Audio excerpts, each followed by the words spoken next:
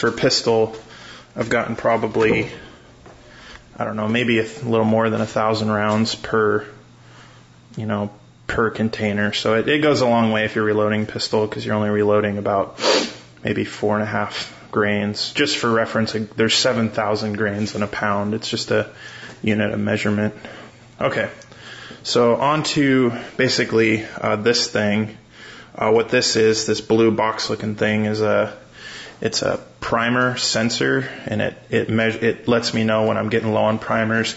Basically, this right here is just a hollow tube, and it goes down, and this thing right here is kind of like a magazine. This is going to be tricky to do, but as you pull the handle back, you can see that right here, this arm, as you pull the handle back, this arm gets actuated through the set of rollers, and then it pulls the primer magazine back, and a single primer, will gravity feed into the primer cup, which is now underneath the primer tube sitting in the magazine. And then as you roll the handle forward, see if I can get kind of a zoomed in shot of it. That right there is the primer cup, which it would have a primer in it under operation. It goes forward and it sits right here, and then you can use the handle to basically seat a new primer in your casing. And like I said before, this will be more evident as you in later videos as I show you how this thing, in operation.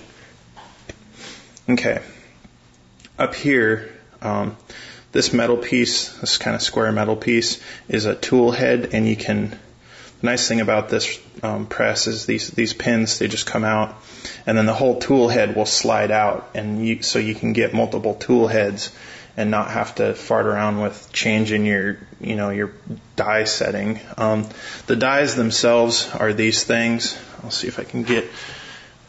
They're kind of like machined metal cylinders, and then they have inside of them, each one of them is a specific shape, which does some operation. And the operations are, this first one is kind of, as you're looking at the front of the press, the front right die is the resizing die and decapping or depriming die. And what it does is it restores the casing to a uniform dimension. Basically, it resizes the diameter of the case for you, so they all come out as the same diameter. And then also, after you're done shooting, there'll be a primer sitting in the casing. It also pops the primer out and deposits it in this little primer pickup tray, which is about half full right now. And then,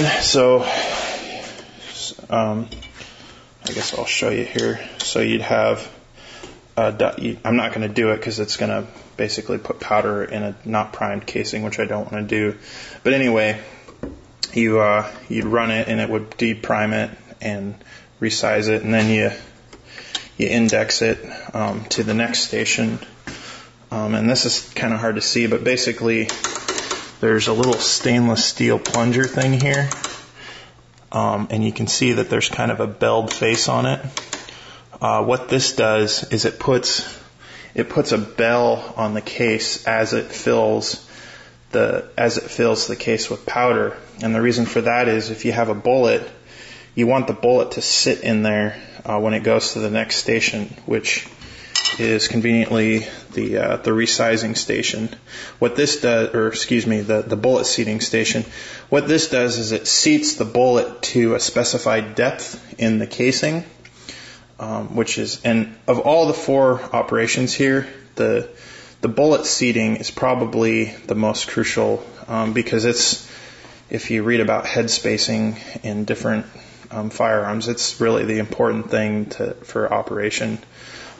So this just basically, there's a plunger in here that stops the bullet from going any further up in the die, and then as you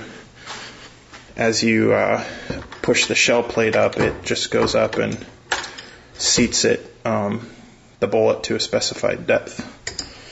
Okay, the next station, which would be this station, is the bullet crimping station. For this particular round, which is .38 casing.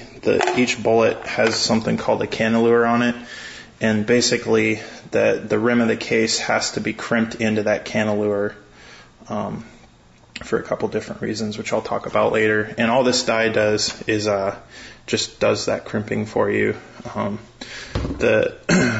The two that you really have to spend your time adjusting are the belling amount, how much bell it puts on the case mouth, and the seating depth. The other two, the resizing die, you basically just put it in there until it just barely touches the shell plate, and the crimping die, you just turn your die down until it touches the case mouth, and then give it another like half turn or turn until it puts the right amount of crimp on there. This thing, I guess I'll talk about this a little bit. This funky star looking thing is a manual indexing thing. This press is called a manual indexing press, and what that means is that it does not advance it doesn't advance the casings that are in there for every pull of the lever. You have to do it yourself, which you might think is a real pain in the ass, but in reality it goes really, really fast.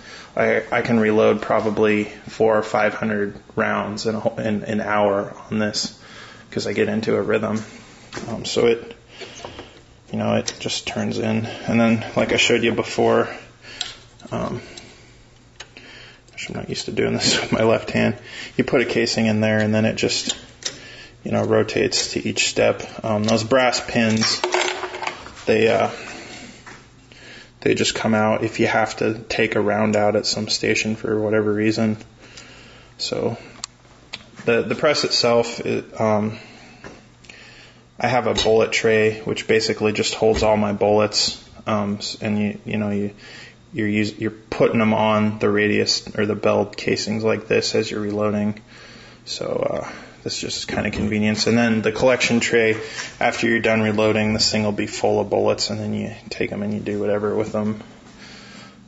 So we'll talk about, I guess, some of the other things that you really need. That thing right there, what that is it's a powder measure, and it's basically just a balance beam scale that is calibrated to grains. So when you're setting your powder measure, you set it by turning this nut right here, and it's got a little tension washer in there. But you turn that, and it changes the amount of powder that is deposited into the casing every time that powder system is actuated. And what you have to do is you have to calibrate it to some specific amount of